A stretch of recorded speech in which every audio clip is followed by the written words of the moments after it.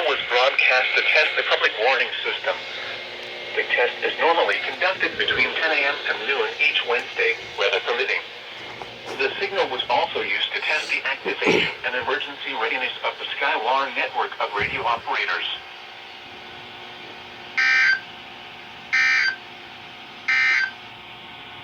Forecast for Imperial County. All right. It's perfect activation. For real this time. So scrap everything I said about last week's weekly test. Because this one didn't activate. This one was close to not activating, but oh well. Tonight, partly cloudy with a chance of rain in the east. Yep, perfect activation.